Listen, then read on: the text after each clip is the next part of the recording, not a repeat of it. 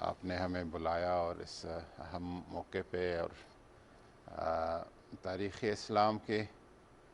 بنیاد کے جو یادگار دن ہے، آج کا دن وہ یادگار دن ہے، اور حسن اتفاق یہ ہے کہ جمعہ بھی ہے، 17 رمضان بھی ہے، اور 2 ہجری کو سن 6024 سنہ عیسوی کو جب واقعہ بدر پیش آیا تھا، وہ بھی رمضان المبارک کی 17 تاریخ تھی اور جمعہ کا دن تھا۔ کئی حوالوں سے اس دن کی یا اس واقعے کی جو اسلام کی تاریخ میں اور پھر اس سے سبق حاصل کرنے کے لیے جو اس کی اہمیت ہے، ایک تو یہ ہے کہ حضور صلی اللہ علیہ وسلم جب مکہ مکرمہ سے مدینہ شریف ہجرت فرما گئے تو اپنے گھر کو چھوڑنا، اپنے گاؤں کو چھوڑنا، پھر مکہ مکرمہ جیسے شہر کو چھوڑنا، یہ امن کے لیے حضور نے اپنے آپ کے لیے، اپنے ساتھیوں کی امن اور بقا کے لیے یہ رستہ اپنایا۔ اور جب آپ ہجرت فرما رہے تھے تو بار بار مکہ کی طرف آپ دیکھا کرتے تھے اور فرمایا کرتے تھے، جب آنسو سے آنکھ بھر جاتے تھے تو فرمایا کرتے تھے کہ مکہ کے شہر میں کبھی آپ ابراہیم خلیل اور اسماعیل ذبیح کا شہر ہے، میں آپ کو چھوڑ نہیں دیتا، لیکن اگر کوئی مجھے ادھر امن سے رہنے دیتا۔ آپ تشریف لے گئے، اور اس کے بعد بھی جو مشرکین مکہ تھے، کفار قریش تھے، انہوں نے اپنے سازشوں کا حضور صلی اللہ علیہ وسلم کے خلاف ایک سلسلہ قائم رکھا۔ یہ بے وضاحت تھوڑا سا بیک گراؤنڈ اس لیے بتا رہا ہوں کہ کسی تاریخ پڑھنے والے کو یہ شبہ نہ ہو کہ اسلام نے یا حضور صلی اللہ علیہ وسلم نے ہمیشہ جنگ میں پہل کی ہے یا جنگ کی طرف لپک پڑے ہیں۔ حضور صلی اللہ علیہ وسلم مدینہ شریف چلے گئے، تشریف لے گئے، اور وہاں کے لوگوں کے ساتھ بھی خواہ وہ یہود تھے، بنو نذیر اور بنو قریظہ، اوس اور خزرج انصار کے قبیلے تھے، اور مدینہ کے مضافات میں کچھ مسیحی بھی تھے، ان کے ساتھ وعدہ کیا کہ ہم ایک ساتھ رہیں گے، ایک ساتھ جئیں گے، ایک ساتھ مریں گے، جو ایک ملک کے اندر، ایک شہر کے اندر ایک سماجی اور عمرانی معاہدہ تھا، جو میثاق مدینہ، میثاق مدینہ جس کو کہتے ہیں۔ لیکن اس دوران قریش مکہ نے ایک بہت بڑے مدینہ منورہ کے ایک سردار عبداللہ ابن ابی، اس کو لکھا کہ آپ ان لوگوں کو یہاں سے نکالیں، نہیں نکالیں گے تو پھر آپ کا حشر اور انجام ایسا ہوگا کہ آپ کو ہم عبرت کا نشانہ بنائیں گے۔ اور قریش مکہ اپنے طاقت کے زوم میں وہ اپنے آپ کو سمجھتے کہ ہم کاروباری لوگ ہیں، جنگجو لوگ ہیں، اور مدینہ منورہ کے لوگ کی تباڑی پہ گزارا کر رہے ہیں، ان کو جنگ سے کوئی شغف اور شوق نہیں ہے، کاروبار بھی نہیں کرتے، ہمارے تعلقات ہے شام میں بھی ہے، یمن میں بھی ہے، جزیرت العرب کے جتنے بھی اقوام ہیں ہمارے ساتھ آ کے ملیں گے، یہ زوم ان کو تھا۔ تو اس کا جو خط لکھا تو اس وجہ سے حضور صلی اللہ علیہ وسلم کو پریشانی لاحق ہو گئی کہ یہ تو اب ہم ہجرت کر کے ادھر آ گئے، پورا شہر، اپنا وطن، اپنا جہاں جائے پیدائش تھی وہ چھوڑ گئے، لیکن ادھر بھی ہمیں یہ چھوڑ نہیں رہے، سازشیں کر رہے ہیں۔ اور اس طرح کی کیفیت تھی کہ حضور صلی اللہ علیہ وسلم کو ان کی سازشوں کی خبر آتی تھی تو ایک لمبے عرصے تک حضور صلی اللہ علیہ وسلم کے حجرہ عائشہ پہ، جہاں آپ کا روضہ مبارک ہے، وہاں پہ صحابہ کرام پہرا دیتے تھے، تب تک جب تک اللہ تبارک و تعالیٰ کی طرف سے وحی آئی کہ واللہ یعصمک من الناس، تیرا رب تجھے لوگوں سے بچا کے رکھے گا۔ جب یہ وحی آئی تو حضور نے ان صحابہ کو کہا، جن صحابہ کو بڑی تشویش تھی، حضرت علی کرم اللہ وجہ اس پہ اس کے سرخیل تھے، ان کو کہا کہ نہیں، مجھے رب نے اپنی حفاظت کا وعدہ کیا ہے تو اس کے بعد میرا جان محفوظ ہے، آپ بے فکر ہو جائیں۔ لیکن مسلسل ان کی کوششیں، سازشیں، اس کے بعد حضور صلی اللہ علیہ وسلم کو یہ بھی فکر تھا کہ یہ جس روٹ پہ شام کی طرف ان کے تجارتی قافلے جا رہے ہیں، یہ روٹ بالکل مدینہ منورہ کے پاس ہو کے گزرتا ہے تو کہیں یہ تجارت کے بہانے مدینے پہ حملہ آور نہ ہو جائے. شو یہ کر رہے ہوں گے کہ ہم تجارت کے لیے شام جا رہے ہیں لیکن مدینہ منورہ پہ حملہ آور ہوں گے. تو اس دوران ایک صحابہ کو ایک گروپ کو عبداللہ ابن جہش کو بھیجا حضور نے کہ آپ نگرانی کرے کہ یہ جو تجارتی قافلے جا رہے ہیں ان کے عزائم کیا ہیں. وہ نگرانی کے لیے گئے تھے, خبر دینے کے لیے گئے تھے, اور اس دوران ایک چھوٹے سے تجارتی گروپ کے ساتھ ان کا ٹاکرا ہو گیا اور پھر یہ ان کی بدلہ لینے کے اس میں مدینہ منورہ پہ یلغار کی نیت سے نکل گئے. جب یہ نکل گئے یلغار کی نیت سے تو حضور صلی اللہ علیہ وسلم نے پھر صحابہ کرام کو جمع کیا, انصار کو جمع کیا. ابوبکر صدیق رضی اللہ عنہ انہوں نے ایک جوشیلی تقریر فرمائی اور حضور صلی اللہ علیہ وسلم نے کہا کہ ہم تو سب کچھ گھر بار سب چھوڑ کے آئے ہیں لیکن مدینہ منورہ کے رہنے والوں کے ساتھ جو عقبہ ثانیہ کا معاہدہ تھا اس میں یہ تھا کہ اگر مدینہ کے اندر کوئی داخل ہونے کی کوشش کریں گے تو مدینہ منورہ کے صف در صف حضور کے ساتھ لڑائی اور معرکے کے لیے حاضر ہوں گے, لیکن اگر باہر جانا ہوا تو ان کی جانے کی ضرورت نہیں ہوگی. جو آپ نے کوٹ کیا حضرت سعد ابن عبادہ اور مقداد ابن اسود رضی اللہ تعالیٰ عنہما, انہوں نے پھر وہ تاریخی خطبات دیے جس نے پورے انصار کو گرما دیا اور سب بدر کی طرف چل دیے. اور جو تاریخ اور احادیث بتاتی ہے کہ 313 لوگ 77 اس میں مہاجرین تھے, باقی انصار تھے, اور ان کے ساتھ صرف 8 گھوڑے تھے اور 70 اونٹ تھے اور ایک ایک اونٹ پر 3 4 لوگ سوار ہوتے تھے. حضور صلی اللہ علیہ وسلم کے جو اونٹ تھا اس پہ حضرت علی کرم اللہ جو آپ کے ساتھ اس کی باری باری, لیکن وہ جب مدینہ سے نکلے تھے تو حضرت علی کرم اللہ وجہ حضور صلی اللہ علیہ وسلم کو تھوڑا سا نیچے تھا کہ وہ باری پوری ہو جائے, اور حضرت علی کرم اللہ ایک 5 منٹ کے لیے اونٹ پر بیٹھ جاتے تھے اور پھر فرماتے تھے کہ میں آرام سے ہو گیا, اب دوبارہ آپ اونٹ پہ سوار ہو جائیں. اس طریقے سے جب یہ بدر کے مقام پہ پہنچے اور بدر پہ وہ مشہور معرکہ جو کہ حق اور باطل کا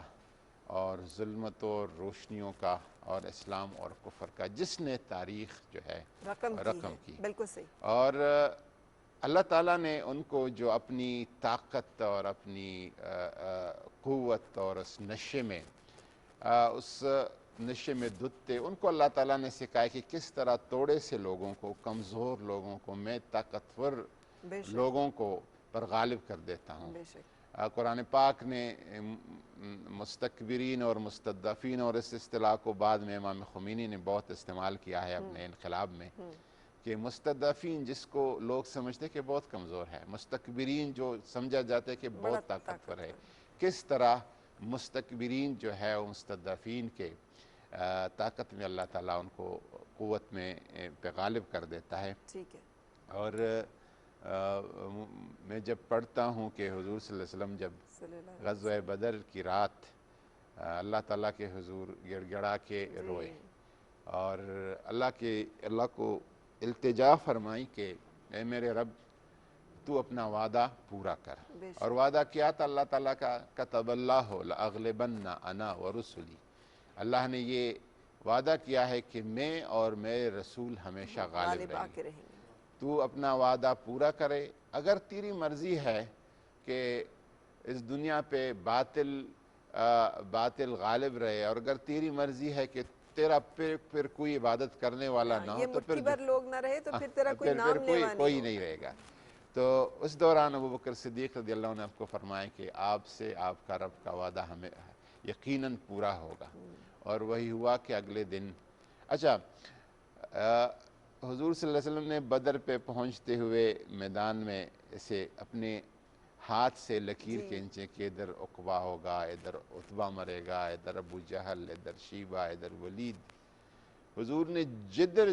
جون سی لکیر کھینچی تھی وہاں پہ وہ لوگ مارے گئے, اور ایسے مارے گئے, ایسے برے طریقے سے مارے گئے کہ ایک صحابی فرماتا ہے کہ میں نے حضور کو ایک دن دیکھا تھا کہ جب آپ حرم مکہ میں نماز پڑھ رہے تھے اور نماز کے دوران یہ ابو جہل کے کہنے پہ عتبہ، ولید، شیبہ، یہ جتنے سردار آئے تھے غزوہ بدر میں، انہوں نے اونٹ کی اجڑی جیسی غلاظت اس کو کہا کہ حضور جب سجدے میں جائے تو آپ کے سر پہ اس کو رکھیں پھینکی۔ آپ کے سر مبارک پہ پھینکا گیا اور اس دوران حضرت فاطمہ الزہرا چھوٹی تھی، آپ آئی اور اس کو اٹھایا اور حضور صلی اللہ علیہ وسلم کو تسلی دی، اور حضور صلی اللہ علیہ وسلم نے باب کعبہ کو پکڑ کر اپنی التجا یا جو بھی دعا فرمائی۔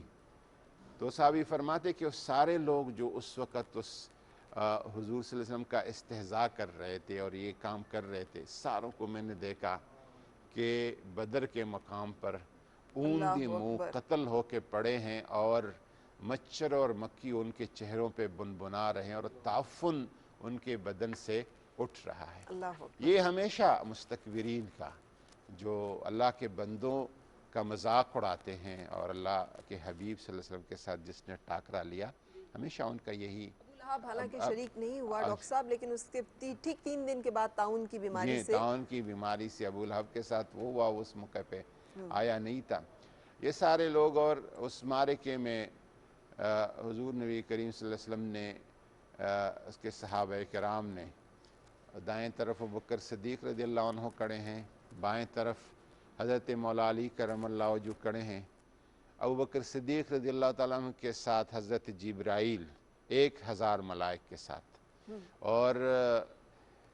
حضرت علی کرم اللہ وجہ بائیں طرف کھڑے ہیں، آپ کے ساتھ حضرت میکائیل علیہ السلام 1000 ملائک کے ساتھ،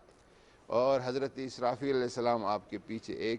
1000 ملائک کے ساتھ، 4000 ملائک کا یہ لاؤ لشکر جو ہے۔ اور عمر حضرت علی کرم اللہ فرماتے کہ میں ادھر پانی بھر رہا تھا تو ایک شور دیکھا، تو وہ ایک لشکر تھا، ایک طوفان کی طرح شور دیکھا، ایک لشکر تھا ملائکہ، پھر دوسرا، پھر تیسرا، پھر چوتھا۔ یہ ملائکہ کا وہ وعدہ تھا جو اللہ تعالیٰ نے حضور نبی کریم صلی اللہ علیہ وسلم سے، لیکن حضور نے فرمایا تھا کہ میرے امت کے جو فرعون ہے یہ موسیٰ کے فرعون سے بدتر اور بڑھ کر فرعون ہے۔ تو وہ یوں کہ حضرت موسیٰ علیہ السلام کے زمانے کا جو فرعون تھا، جب وہ دریائے نیل میں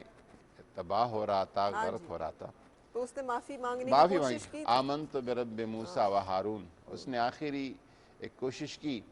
لیکن ابو جہل جب مر رہا تھا تو ابو جہل نے کہا اپنے لوگوں کو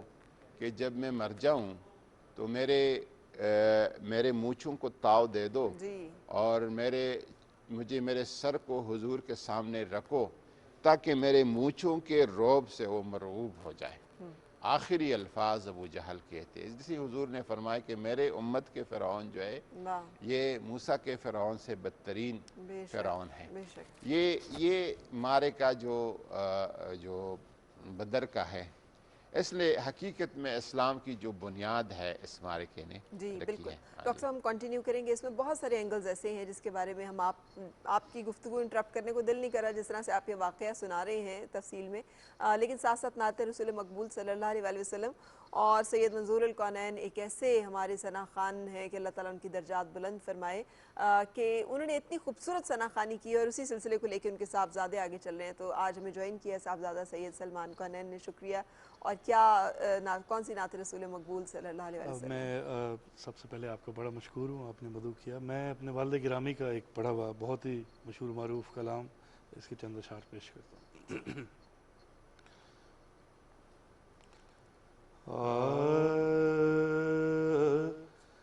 دل میں اترتے حرف سے مجھ کو ملا پتا تیرا،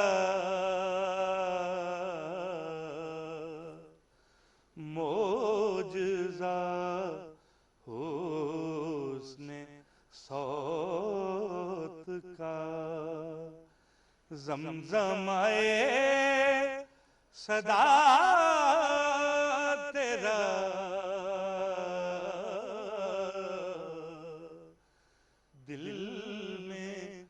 اترتے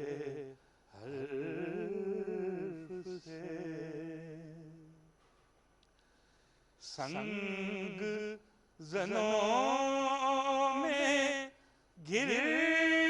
کے بھی تو نے انہیں دعا ہی دی سنگ زنوں میں گر کے بھی تو نے انہیں دعا ہی دی دشت بلا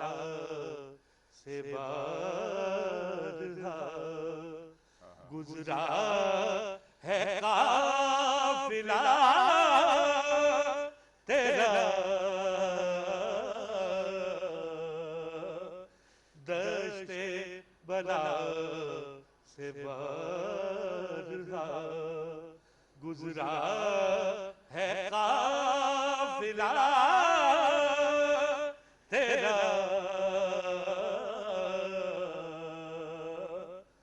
دل میں اترتے حرف سے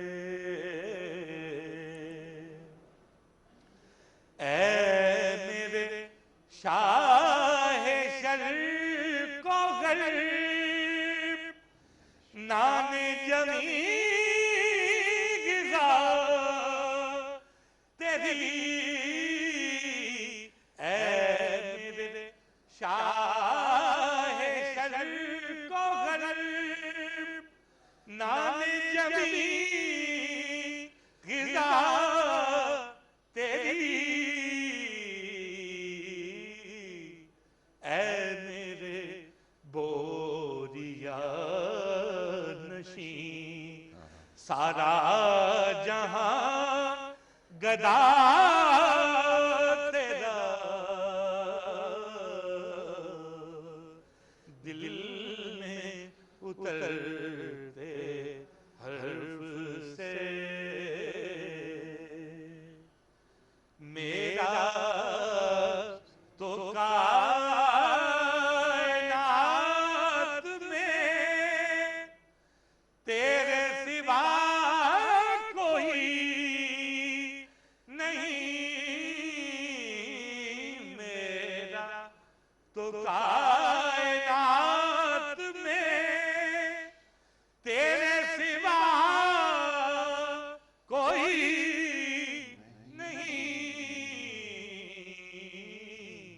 عرض تیری سماتے بندے تیرے خدا تیرا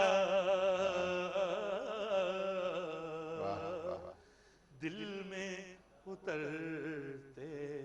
حرف سے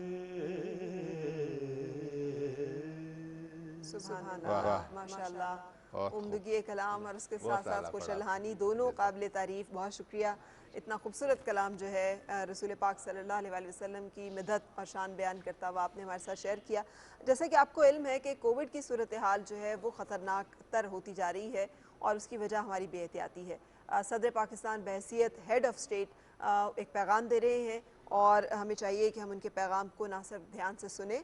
بلکہ اس پہ عمل کرنے کی کوشش بھی کریں. خواتین و حضرات، صدر پاکستان جناب ڈاکٹر عارف علوی. بسم اللہ الرحمن الرحیم. میں آپ سے گزارش یہ کر رہا ہوں کہ کووڈ کے حوالے سے پریشانی ہے، سارے ملک کو پریشانی ہے اور ہمارے خطے کے اندر ہندوستان کے اندر جو اثرات اس کے مرتب ہوئے ہیں اس سے تو بہت ہی زیادہ پریشانی ہے کہ لوگوں کا اندازہ یہ ہے کہ اس کے بعد یہاں پر بھی اسی طرح کا ایک کووڈ کا بڑا حملہ ہو سکتا ہے. لہٰذا اس سلسلے کے اندر صرف آپ سے ایک گزارش ہے. دیکھیے اس کا کوئی علاج نہیں ہے مگر یہ کہ ہمارے وسائل کے اعتبار سے ہم نے وسائل کو بہت بڑا کیا، اس کے باوجود تقریباً 80 یا 90% ہمارے ہسپتالوں کے بیڈ، ہمارے وینٹیلیٹرز، ہمارے ICU، ہمارے ساری چیزیں